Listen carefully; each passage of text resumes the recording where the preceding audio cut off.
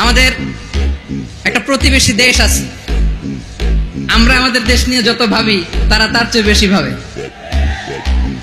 কথা বুঝতেছেন না? আরো ভেঙে বলতে হবে। আমরা আমাদের দেশ নিয়ে যত উদ্বিগ্ন, এদের আরো টেনশন বেশি। বলেন আমাদের দেশে শান্তি আছে না নাই? আমরা হিন্দু মুসলিমে কখনো দাঙ্গা লাগে?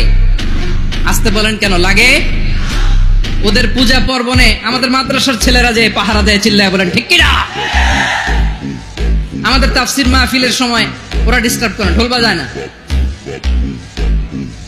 ওদের পূজা পার্বণের সময় আমাদের তাফসির মাহফিলের ডেট হলে আমরা চেঞ্জ করে দেই। সুবহানাল্লাহ, কি সাম্প্রদায়িক সম্প্রীতির রোল মডেল। আর ওই বাংলাদেশের ব্যাপারে তারা অনেক ডিসইনফরমেশন ছড়াচ্ছিল।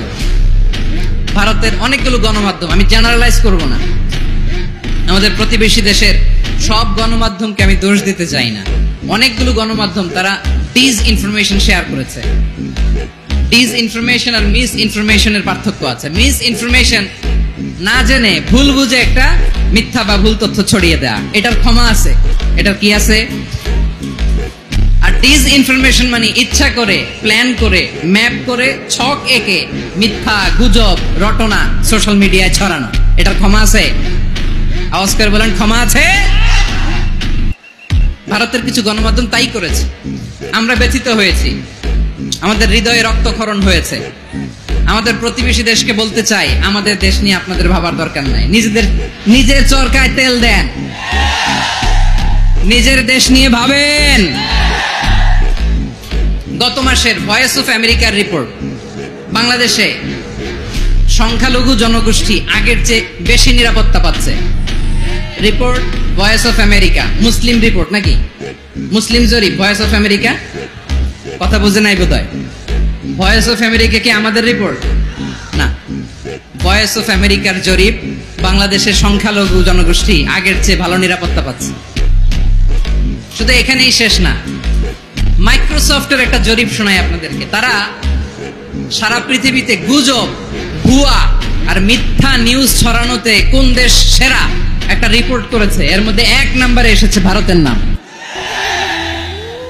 মাইক্রোসফট তো মুসলমানরা চালায় না? কথা বোঝে নাই বোধহয়।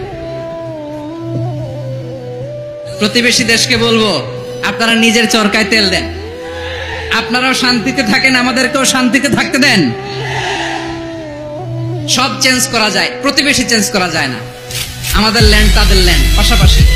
আমরা চাই তারাও সুখে থাক, আমরাও সুখে থাকি, ঠিক কিনা? কিন্তু প্রতিবেশী হলে বন্ধুত্বপূর্ণ আচরণ করতে হয়। প্রতিবেশী যদি বন্ধু না হয়ে প্রভু হতে চায়, এরকম দানব প্রতিবেশী কেউ চায় না।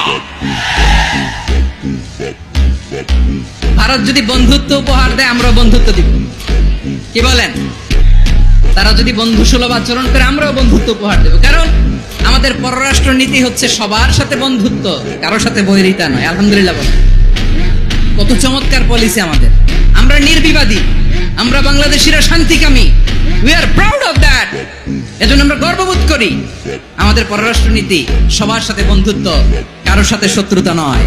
তাই প্রতিবেশী দেশকে বলবো, আমার ভাইয়েরা, আপনারাও আমাদের ভাই, বন্ধুত্ব দিলে বন্ধুত্ব পাবেন।